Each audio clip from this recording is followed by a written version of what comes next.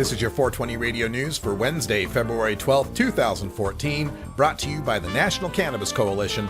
I'm Russ Belville.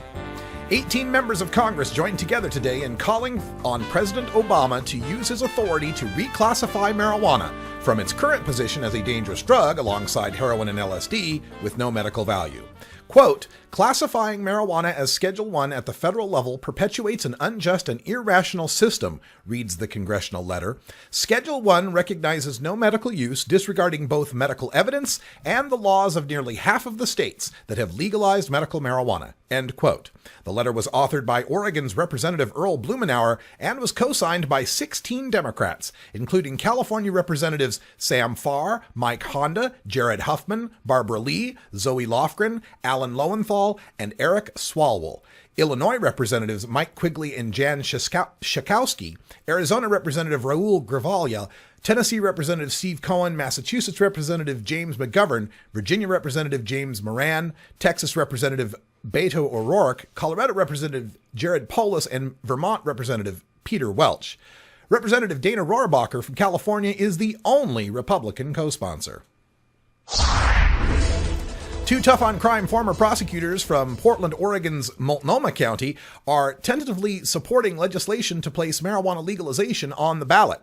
Norm Frank, who retired last year as the county's chief deputy district attorney, told the Oregonian newspaper, quote, "It's going to happen. This is just a political fact in Oregon, even if some people don't want to admit it," end quote. Mark McDonnell, who ran the district attorney's drug unit for 15 years before retiring 18 months ago, said, quote, "It's clear to us that essentially the legalization debate is over. The only question is in what form," end quote. State Senator Floyd Przansky's bill would ask voters if the legislature should craft regulations to legalize possession of 8 ounces and 4 plants by January 1st, 2015, though Przansky may reduce that to 6 ounces and 3 plants before moving it out of committee. McDonnell, however, wants Przansky to drop it to 1 ounce possession and eliminate home growing by all but medical marijuana patients. High Times Magazine and Denver's Westword are suing the state of Colorado over advertising restrictions for marijuana. According to the regulations, recreational marijuana stores can advertise only in publications, television and radio broadcasts, and on billboards that have, quote, reliable evidence that no more than 30% of the audience is reasonably expected to be under the age of 21, end quote. There is no such restriction on medical marijuana businesses. The lawsuit argues Colorado's regulations are an unconstitutional restriction of free speech. The magazines are, quote, chilled from soliciting advertisements from prospective clients and prevented from making revenue from clients who wish to engage in advertising concerning marijuana-related products and services, end quote, the lawsuit's complaint states. The lawsuits are filed in federal court, which may hinder the case for free speech concerning a lawful activity. However, a previous federal judge threw out Colorado's restriction on placing High Times and other pop magazines behind the counter like pornography. Fresno County's new marijuana grow ban is turning neighbors into narcs. The county supervisors had previously banned medical marijuana grows outside of manufacturing zones in January, but extended it last week to include all indoor and outdoor grows in all unincorporated areas of the county.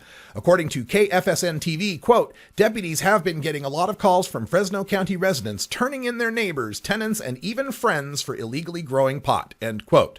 Already, sheriff's deputies have taken down one 500 plant and one 1,000 plant grow. Fines for illegal grows in the county start at $1,000 per plant. Fresno is the first county in California to enact a complete ban on all marijuana growing, following the lead of the city of Live Oak, whose total ban was upheld by the California Court of Appeals, which established the right of any locality in California to ban medical marijuana grows. UFC fighter Jessica Evil Eye has been fined following detection of cannabinoids in her urine. The 135-pound fighter won a split decision in her octagon debut over Sarah Kaufman at UFC 166 in Houston, Texas, to up her record to 11-1.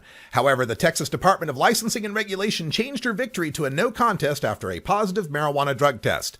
Eye has admitted to the violation in a settlement agreement that places her on license probation in Texas for 1 year, during which she must keep Texas officials appraised of all her fights and drug tests and pay a fine of $1,875.